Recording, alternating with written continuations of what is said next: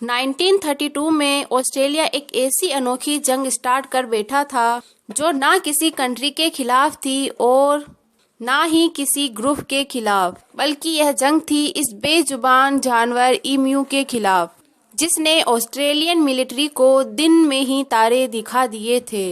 सुनने में तो यह काफी अजीब लगता है कि एक परिंदे से भी भला किसी को ऐसा क्या मसला हो सकता है कि उसके खिलाफ एक पूरा मिलिट्री ऑपरेशन स्टार्ट करना पड़ जाए। पर ऑस्ट्रेलिया ने ऐसा कदम उठाया भी था और उनको इस मिशन में शिकस्त भी मिली। दोस्तों, वर्ल्ड वॉर 1 के बाद पूरी दुनिया ग्रेट डिप्रेशन से गुजर रही थी और ऑस्ट्रेलिया भी इसकी जद में आ चुका था।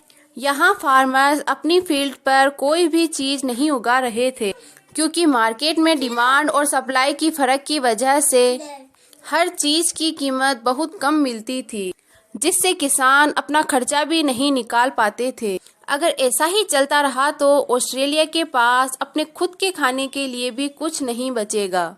इस चीज पर काबू पाने के लिए ऑस्ट्रेलियन सरकार ने फार्मर्स को फोर्स किया कि वह वीट की प्रोडक्शन को स्टार्ट करे और उनसे वादा किया कि गवर्नमेंट उनसे वीट अच्छे रेट्स में खरीदेगी। फार्मर्स गवर्नमेंट की इन शर्तों को मान गए और वीट की प्रोडक्शन स्टार्ट कर दी। लेकिन जब यह फसलें तैयार हुई तो गवर्नमेंट ने अपने वादे से पीछे हट गई और फार्मर्स को कम रेट ऑफर करने लगी। फार्मर्स ने प्रोटेस्ट में फैसला किया कि वो वीट अब सेल ही नहीं करेंगे और इसी वजह से उन्होंने फसलों की कटाई ही नहीं की। अब ऐसा नहीं था कि ऑस्ट्रेलियन सरकार को वीट की जरूरत ही नहीं थी। वो एक तरह से फार्मर्स को ब्लैकमेल कर रहे थे क्योंकि उनको मालूम था कि तैयार फसल अगर फार्मर्स गवर्नमेंट को सेल नहीं करेंगे तो उनकी फसल पे कीड़ा लग जाएगा। लेकिन ऑस्ट्रेलियन सरकार को क्या मालूम था कि आने वाली मुसीबत कीड़ा लगने से भी ज्यादा तकलीफ देने वाली थी। ईम्यूज जो कि सिर्फ ऑस्ट्रेलिया में पाई जाती है, उनका ब्रीडिंग सीजन खत्म हो गया। यह एक सीरियस मसला था क्योंकि ईम्यूज ब्रीडिंग सीजन के बाद माइग्रेट करती है। जब ईम्यूज इनलैंड एरियाज से कोस्ट की तरफ माइग्रेट कर रही थी तो उनको वेस्टर्न ऑस्ट्रेलिया में तैयार फसल दिखी। 20,000 ईम्यूज का टोला इन वीट फील्ड्स में घुस गया और रातों रात फील्ड्स को खाकर तबाह कर दिया। 5.5 फुट लंबा और 45 केजी वजनी यह परिंदा दिन में 2 किलो तक खुराक आसानी से खा सकता है। अब 20,000 ईम्यूज बहुत बड़ा नंबर है और यह सिर्फ एक दिन में वीट के 20 से 25 एकड़ की जमीन तबाह कर देते थे। 1-2 हफ्ते तक फार्मर्स ने इनसे निपटने की कोशिश की, लेकिन ईम्यूज एक फील्ड से निकलकर दूसरी में चली जाती थी। अभी तक 300 से लेकर 350 एकड़ जमीन तक जाया हो चुकी थी। यह मसला अब सीरियस होता जा रहा था। जब गवर्नमेंट को इस बात का इल्म हुआ तो उन्होंने फौरन एक्शन लिया और ईम्यू से जान छुड़ाने के लिए सोच विचार शुरू कर दी। उनकी नज़र में इस मसले का सिर्फ एक ही रैपिड सॉल्यूशन था, मिलिट्री ऑपरेशन। जी हाँ, ऑस्ट्रेलियन सरकार ने मिलिट्री को कहा कि वह ईम्यूज के खिलाफ एक ऑपरेशन स्टार्ट करे। यह एक बहुत ही अजीब ऑपरेशन था जिसको मीडिया ने द ग्रेट ईम्यू वॉर का नाम दिया। ऑस्ट्रेलियन मिलिट्री जो हाल ही में वर्ल्ड वॉर 1 से फारिग हुई थी, उनको लगा कि जब उन्होंने अपने हकीकी दुश्मनों को शिकस्त दे दी तो यह ईम्यूज किस खेत की मूली है। इन्होंने चंद सोल्जर्स को मशीन गन्स और चंद हजार राउंड के साथ वेस्टर्न ऑस्ट्रेलिया भेज दिया। यह काम उनको अपने बाएं हाथ का खेल लग रहा था। लेकिन जब तक ऑपरेशन स्टार्ट होता वेस्टर्न ऑस्ट्रेलिया में बारिशें शुरू हो गई। तेज बारिशों की वजह से ईम्यूज के टोले बहुत बड़ी जगह पर फैल गए, जिनको अब टारगेट करना मुश्किल हो गया था। इस मसले को देखते हुए ईम्यूज को हमले को 1 महीने तक पोस्टपोन कर दिया गया। 2 नवंबर 1932 वाले दिन सोल्जर्स को रिपोर्ट मिली कि चैंपियन नामी एक गांव में चंद ईम्यूज देखी गई है। जब तक सोल्जर्स वहां तक पहुंचते लोकल्स ने ईम्यूज को एक जगह इकट्ठा करने के लिए उन पर पथराव किया तो वह एक जगह जमा होने के बजाय चारों तरफ बिखर गए। आपको यहाँ बताते चलें कि ईम्यूज की टांगें बहुत ही स्ट्रॉन्ग होती है और वह हैरतअंगेज तौर पर 70 किलोमीटर पर आवर की स्पीड से भाग सकती है। सोल्जर्स ने बहरहाल इसी कंडीशंस में ईम्यूज पर फायर खोल दिया। इस हमले में कुल मिलाकर सिर्फ 5 से 7 ईम्यूज ही मारी गई और बाकी सब खेतों में इस तरह से गायब हो गई जैसे दिन के वक्त आसमान से तारे गायब होते हैं।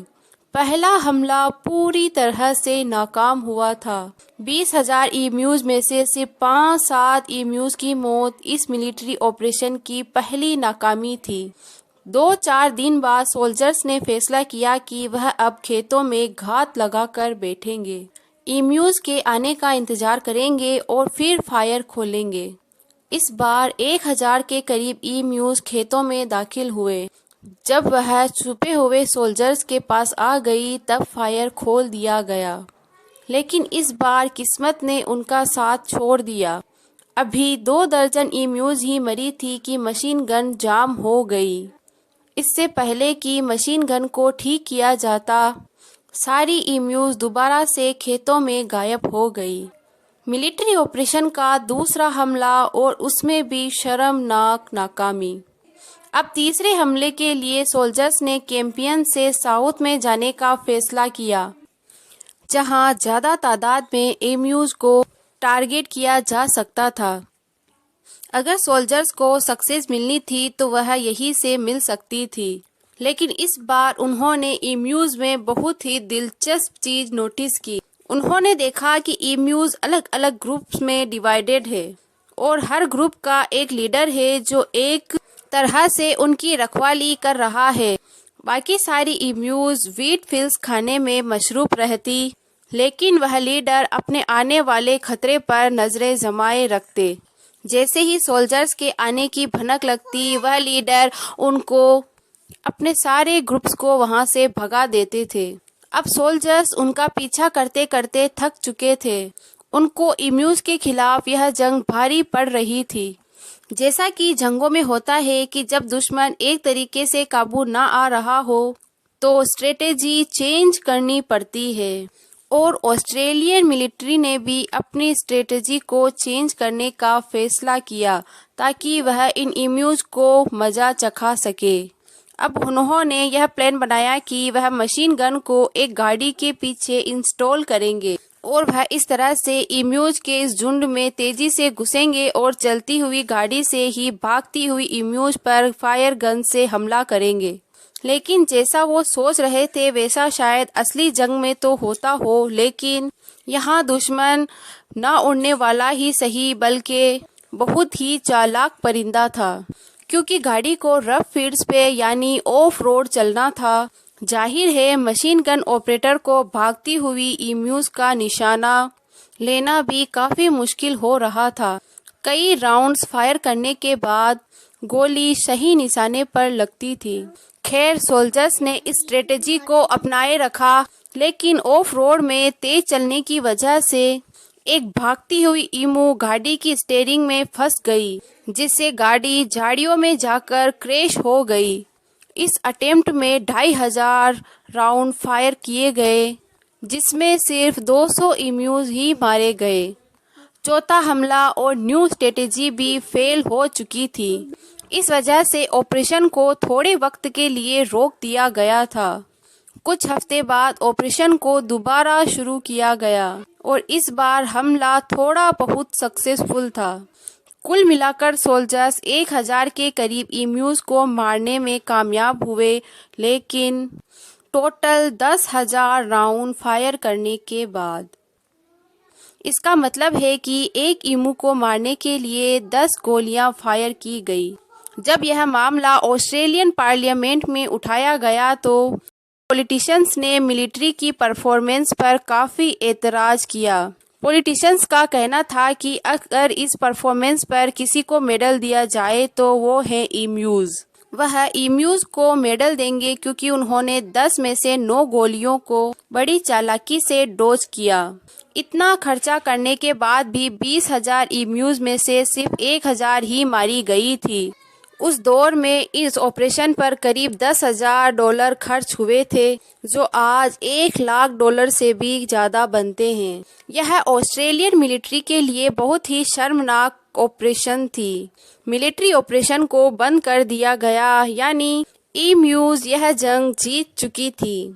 वक्त गुजरता गया और ईम्यूज की पॉपुलेशन बढ़ती गई और हर साल फार्मर्स भारी नुकसान उठा रहे थे। ऑस्ट्रेलियन गवर्नमेंट इस बार नई स्ट्रेटेजी के साथ मैदान से उतरी।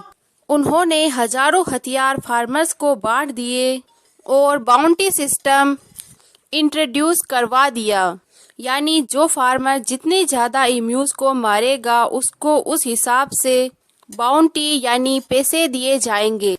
यह तरीका फिर भी काम कर गया और 2 सालों के बाद 1934 में 6 महीनों के दौरान 57,000 बाउंटी क्लेम की गई। यह खबर जब इंटरनेशनल मीडिया पर चली तो एनिमल राइट ऑर्गेनाइजेशन ने काफ़ी शोर शराबा किया। लोग ऑस्ट्रेलियन गवर्नमेंट को बुरा भला कहने लगे। ऑस्ट्रेलियन सरकार करती तो क्या करती, उनको यह बाउंटी सिस्टम भी बंद कर देना पड़ा, जो 1932 में 20,000 ईम्यूज को काबू नहीं कर पा रहे थे। आज ऑस्ट्रेलिया में ईम्यूज की पॉपुलेशन 6 से 7 लाख के करीब है और फार्मर्स अब अपनी फील्ड के गिर्द जंगली जानवरों से बचने के लिए फेंस लगा के रखते हैं, जो ऑस्ट्रेलिया में अब एक कॉमन प्रैक्टिस हो चुकी है। बेशक फार्मर्स को ऑस्ट्रेलिया में जंगली जानवरों से इतना खतरा तो नहीं है, लेकिन ईम्यूज के खिलाफ हुई यह जंग इतिहास में हमेशा याद रखी जाएगी।